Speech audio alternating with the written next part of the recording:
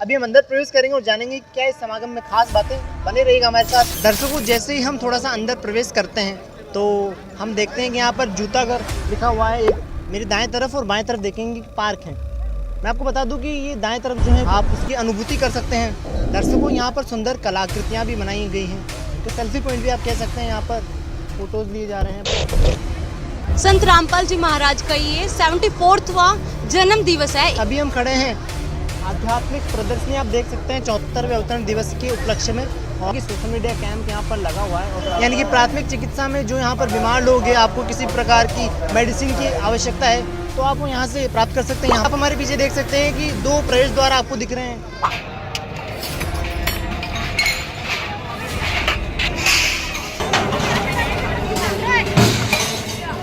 संत मिलन को चालिए, तज माया अभिमान, जो कदम आगे रखे कोटि के समान। कबीर परमेश्वर की पंक्तियों के साथ में आपका दोस्तों इस वीडियो को पवन सुमन मेरे साथ कैमरामैन विकास कुमार के साथ स्वागत करते हैं आपका एक और खास पेशकश।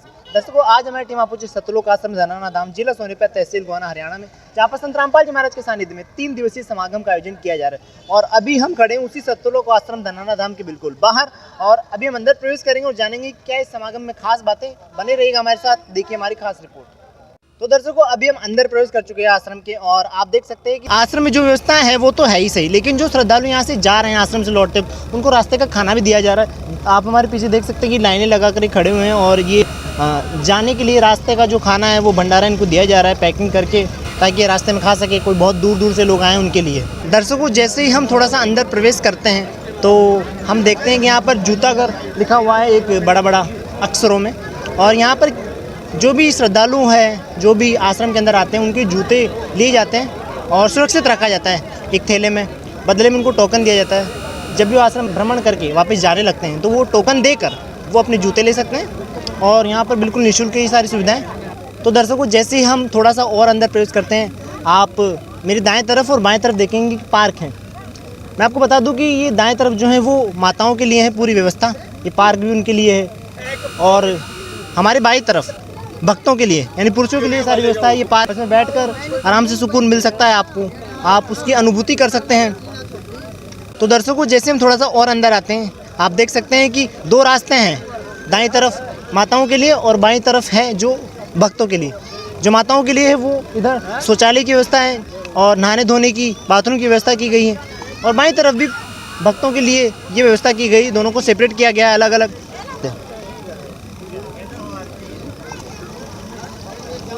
दर्शकों, यहाँ पर सुंदर कलाकृतियाँ भी बनाई गई हैं, जो एक सेल्फी पॉइंट भी आप कह सकते हैं। यहाँ पर फोटोज़ लिए जा रहे हैं, बहुत ही सुंदर हैं। हमारे कैमरामैन से कहेंगे कि एक बार वो आपको अवश्य दिखाएं। क्या नाम है आपका? सच है, मेरा नाम प्रिया दासी है।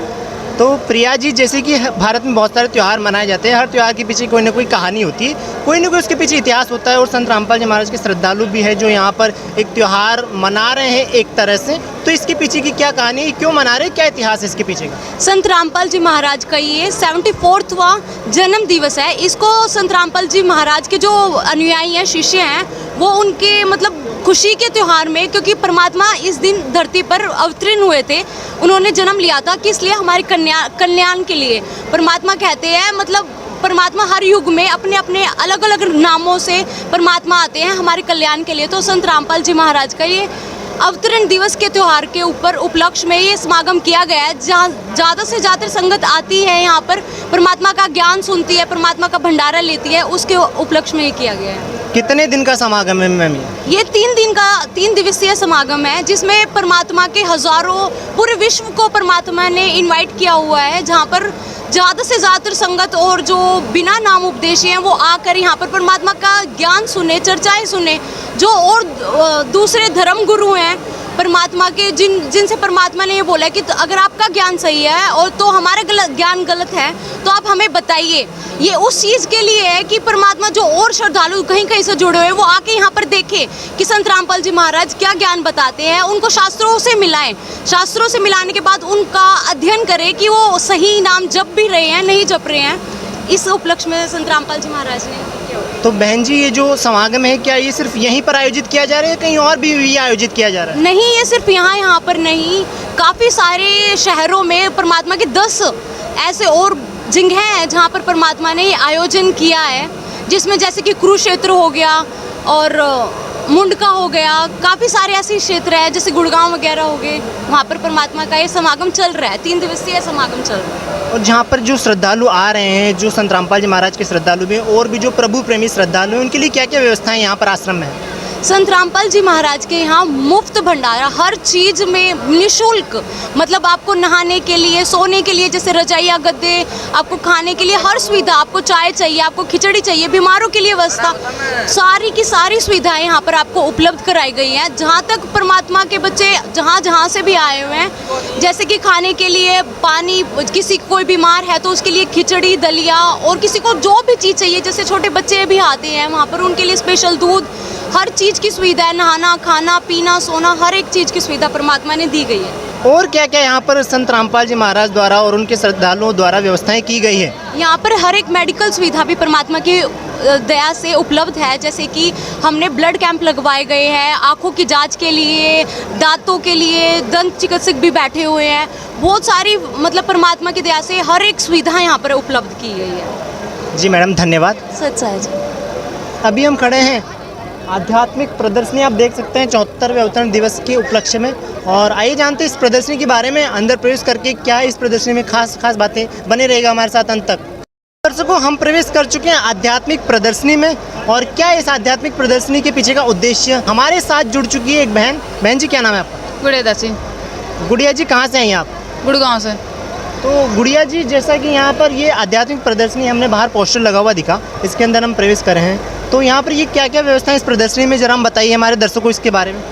जो ये स्पिरिचुअल एग्जीबिशन लगा है, मेनली इस पर्पज़ से लगा है कि जो संत रामपाल जी महाराज जी जो नॉलेज बताते हैं, उसको जो लोग अवेयर नहीं है, यानी कि जो लोग संत रामपाल जी महाराज जी के ज्ञान से अवेयर नहीं है, पहली बार यहाँ पे विजिट करते हैं, उनको यहाँ पे बताया जाता है कि हमारे शास्त्रों में क्या ज्ञान लिखा हुआ है, हमारे वेद शास्त्र क्या कहते हैं, और फिर पूर्ण परमात्मा कौन है, उनकी जो कैरेक्टरिस्टिक्स है वो क्या है, वेद क्या बताते हैं कि क्या विशेषताएँ हैं उस पूर्ण परमात्मा की, और फिर तत्वदर्शी संत कौन है, हमारे जो विभिन्न जो होली स्क्रिप्चर है डिफरेंट रिलीजन के, उसमें एक भगवान की बात की, वो एक भगवान है कौन। इसके अलावा यहाँ पे अलग से सारे स्क्रिप्चर भी रखे हुए हैं, जिसमें कोई भी वेरीफाई कर सकता है कि जो संत रामपाल जी महाराज जी के भगत यहाँ पे बता रहे हैं, जो पोस्टर्स लगे हैं, जो कटिंग्स लगी हुई हैं, ये सब एक्चुअली में ट्रू हैं। ये सारे स्क्रिप्चर में, कबीर सागर में, ग्रंथ साहिब में सारी चीज़ें लिखी हुई हैं। इसके अलावा संत रामपाल जी महाराज जी के बारे में कई भविष्यवक्ताओं के भविष्यवाणियाँ हैं, जिन्होंने बताया है कि एक ऐसा संत भारत में प्रकट होगा जो पूरे विश्व का जो है तारनहार होगा, और वो एक नई सभ्यता, नई एक धार्मिक सिचुएशन बनाएगा, जिसकी वजह से भारत जो है विश्व गुरु बनेगा।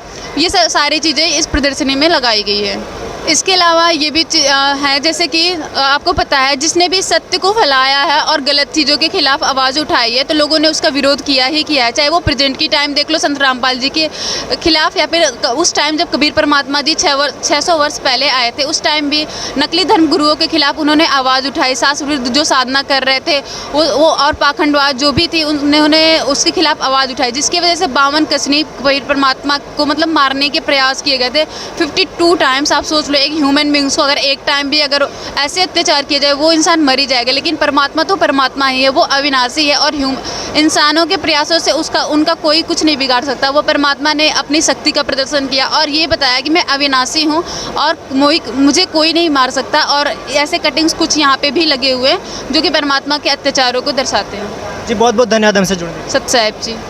तो दर्शकों, आप हमारे पीछे देख सकते हैं कि सोशल मीडिया कैंप यहाँ पर लगा हुआ है, और सोशल मीडिया कैंप में जो भी संत रामपाल जी महाराज के शिष्य हैं, जो यहाँ पर कार्यकर्ता हैं, वो आने वाले नए श्रद्धालुओं को संत रामपाल जी महाराज के लिटरेचर, उनके ज्ञान की अलग अलग वेबसाइट्स बताते हैं। उनके चैनल्स हर एक सोशल मीडिया प्लेटफॉर्म पर, चाहे वो यूट्यूब हो, इंस्टाग्राम हो, फेसबुक हो, सब पर आप उनके ज्ञान को कैसे फॉलो कर सकते हैं, उनसे नाम दीक्षा कैसे ग्रहण कर सकते हैं, वो सभी आपको इसी सोशल मीडिया कैंप में बताया जाता है। दर्शकों, हमारे पीछे आप देख सकते हैं कि फर्स्ट एड स्थल भी लिखा हुआ है, और फर्स्ट एड में यानी कि प्राथमिक चिकित्सा में जो यहाँ पर बीमार लोग हैं, आपको किसी प्रकार की मेडिसिन की आवश्यकता है तो आप वो यहाँ से प्राप्त कर सकते हैं। यहाँ पर डॉक्टर्स बैठे हुए हैं, नर्स बैठी हुई हैं, और जो फार्मासिस्ट हैं वो भी हैं। सारी सुविधाएं यहाँ पर आश्रम में दी जा रही है, बिल्कुल निःशुल्क।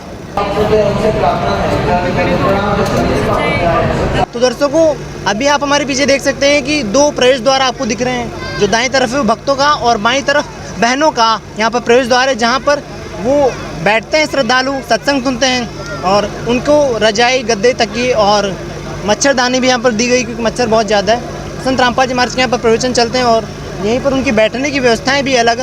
तो आप देख सकते हैं कि यहाँ पर जो श्रद्धालु आते हैं वो खाना खा रहे हैं, भंडारा ग्रहण कर रहे हैं और सारे पकवान यहाँ पर लड्डू, जलेबी, बर्फ़ी, इसके अलावा भी कई प्रकार के अचार हैं जो भी खाने में हैं। और देख सकते हैं कि कितने व्यवस्थित तरीके से ये बैठकर भंडारा कर रहे हैं और आपको किसी प्रकार की कोई यहाँ पर ना गंदगी दिखेगी और ना कोई अव्यवस्था दिखेगी। बिना प्रशासन यहाँ पर अनुशासन है। पुरुषों के लिए अलग और महिलाओं के लिए अलग अलग यहाँ पर भंडारे की व्यवस्था की गई है बैठने की, और बीच में पानी की भी व्यवस्था की गई है। यहाँ पर देख सकते हैं कि नल लगे हुए हैं। हमारे कैमरामैन से कहेंगे कि वो एक बार महिलाओं के लिए और पुलिसों के लिए जो व्यवस्था है अलग अलग बैठने की, वो एक बार आपको अवश्य दिखाएं।